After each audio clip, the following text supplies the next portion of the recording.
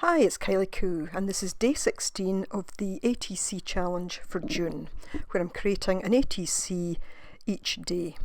So, wasn't sure what to do today, so I just decided to start with applying some kind of texture to the background layers of my ATC. So this is one of those plastic bags that holds onions. So I've kept back a couple of these and thought, yeah, well, let's go with this. So I'm using some gel matte medium and I'm just going to apply the kind of plastic netting to the card. So just giving this a good coat, and initially I was thinking that I would apply the plastic to the whole of the card, but you'll see that I actually kind of move it off to the side a bit, and I like the kind of effect of stretching some of that out a bit, so you know, some of the kind of little diamond shapes are bigger than others, but it does kind of keep moving back into place. It's just the nature of the kind of construction of it. But you know, I managed to spread it out a little bit.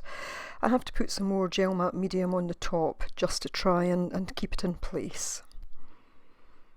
So now taking a piece of cardboard, and what I'm trying to do is to get some of the corrugated inside on show, and this one was quite tightly compressed, so I had to work away at it for a minute or so just to get it done.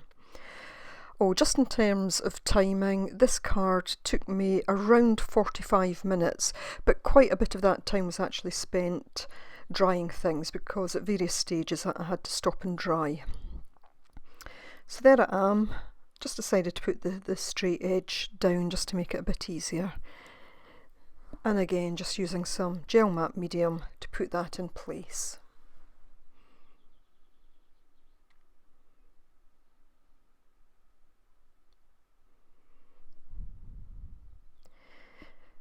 So, giving this a dry now, I was conscious of the fact that that netting, because it was plastic, might start to actually contract a bit further or even melt. So I've left a little edge, and the intention was just to wrap that round. Unfortunately on the bottom I probably cut it just too short and I couldn't get it to wrap round, but you know, it didn't matter.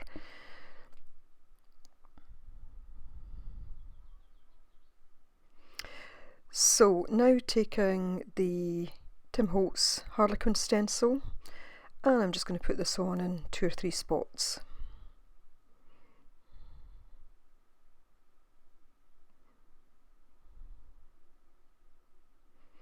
Just really trying to build up different layers of texture.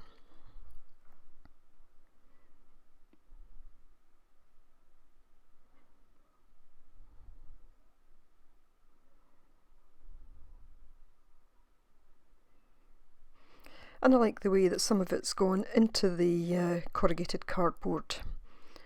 You know, and I've not put it on so thick that it all stands above it.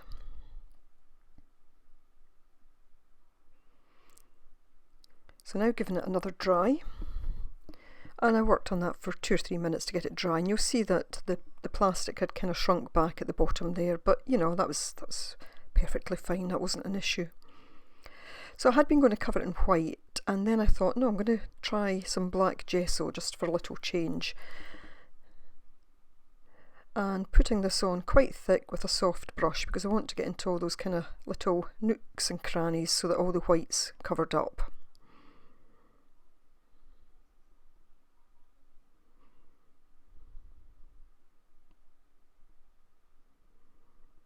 And you see little spots of white here and there, so just making sure that I get all of them.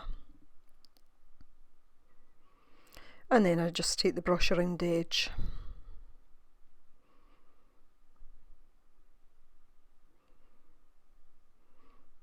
And already you can see the texture building up on it.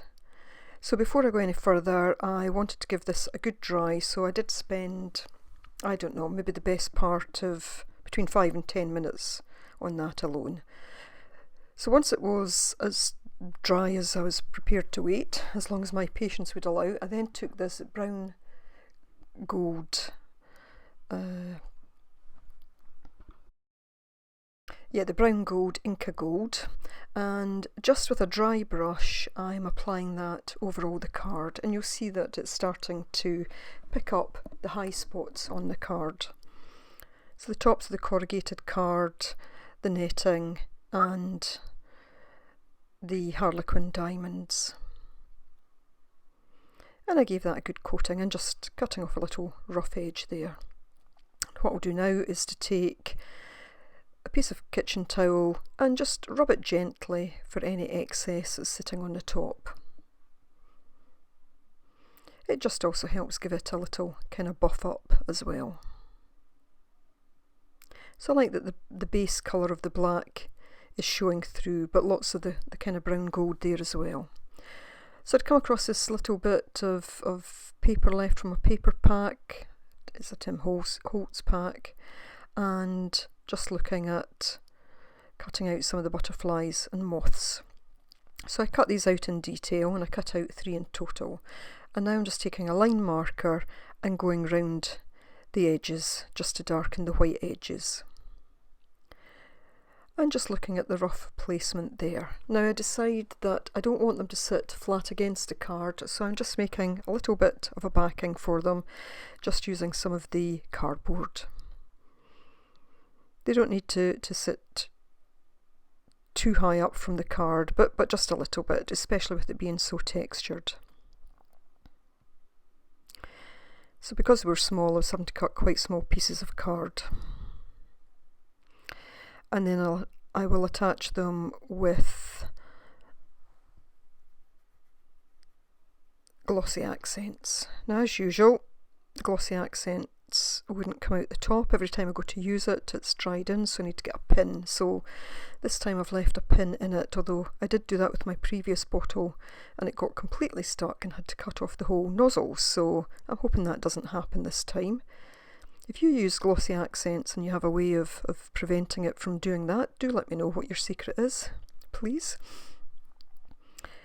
So there we go, just looking at the position, and then again I'll use the glossy accents just to put them down and in place.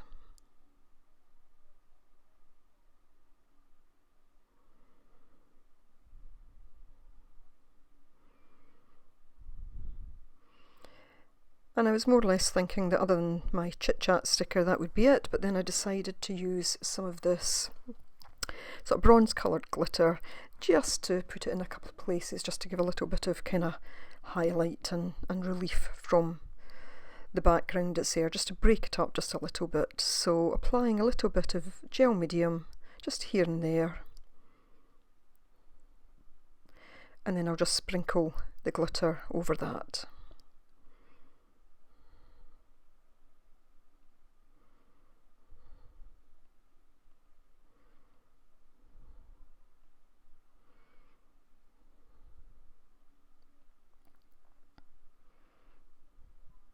Then just taking that fan brush just to brush off the excess. There's a little bit stuck on here and there as well, and that's absolutely fine.